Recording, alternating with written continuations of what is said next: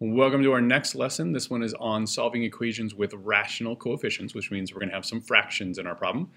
Our essential question is, trying to make sure my pen worked, was how do we solve an equation involving multiplication by a fraction? all right, let's start with the problems that look like fractions but just mean division. So we've seen some of these. We need to think about what order you would calculate the answer normally, and then we want to solve it in reverse order. So our first equation is x divided by 4 minus 6 is equal to negative 5. And we want to solve it in reverse order by getting rid of that negative 6 on the left side. So we're going to add 6 to both sides to make that zero pair. A negative 6 plus 6 will go away. And we'd have x divided by 4 on the left-hand side. Negative 5 plus 6 is going to give us a positive 1. To undo the division, we are going to multiply both sides by 4. The division goes away. We then have x is equal to 1 times 4, which is 4. We're going to check our work. 4 divided by 4 is going to give us 1. 1 minus 6 is going to give us negative 5, so it does check out. All right, our next one's a little different, and that's kind of why we wanted to go over this one.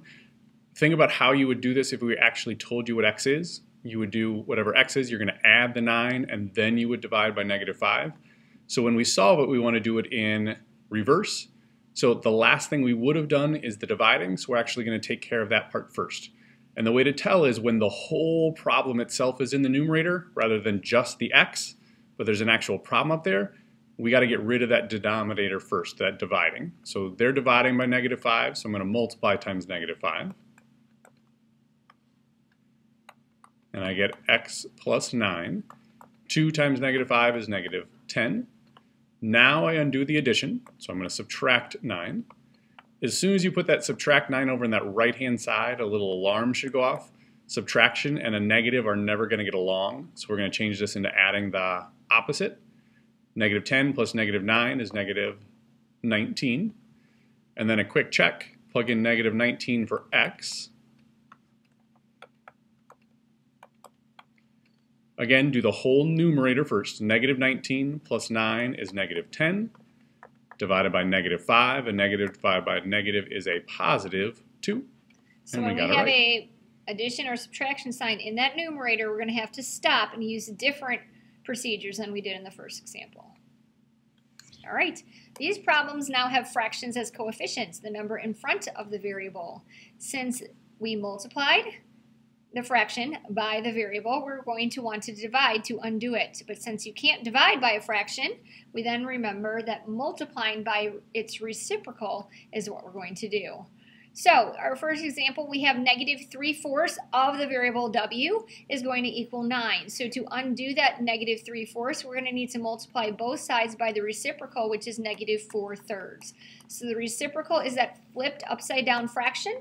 That's how we got negative 4/3. We got to remember to make it negative because we need a positive w.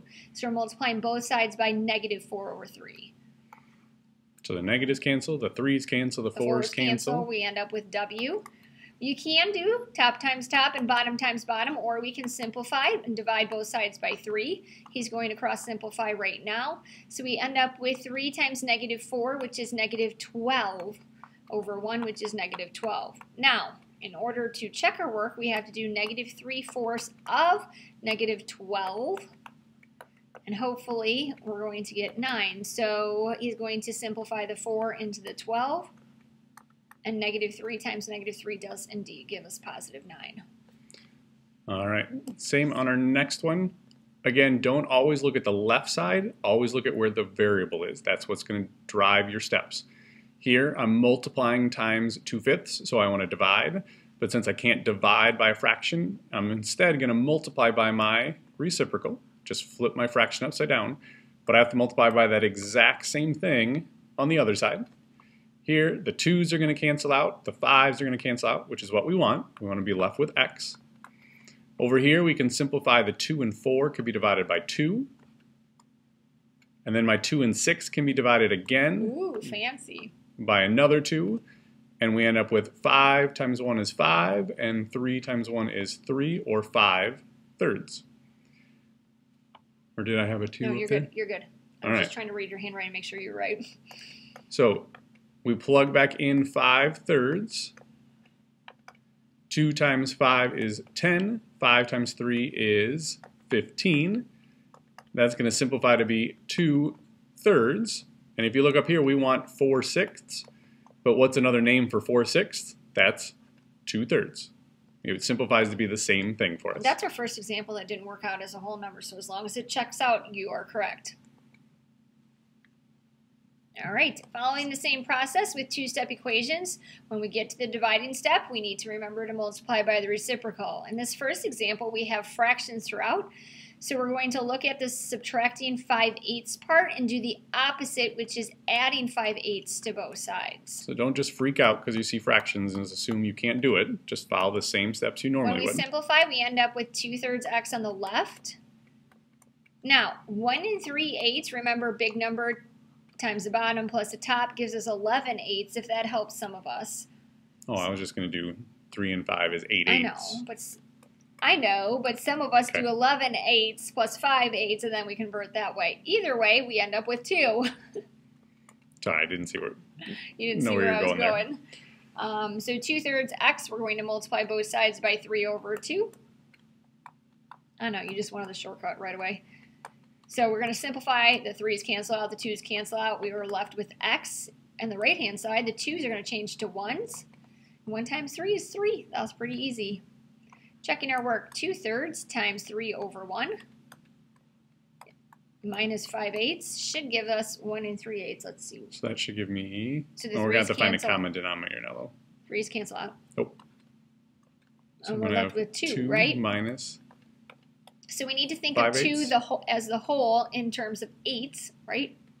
Yep. So how we're many going to do 8s? 16/8 minus 5/8.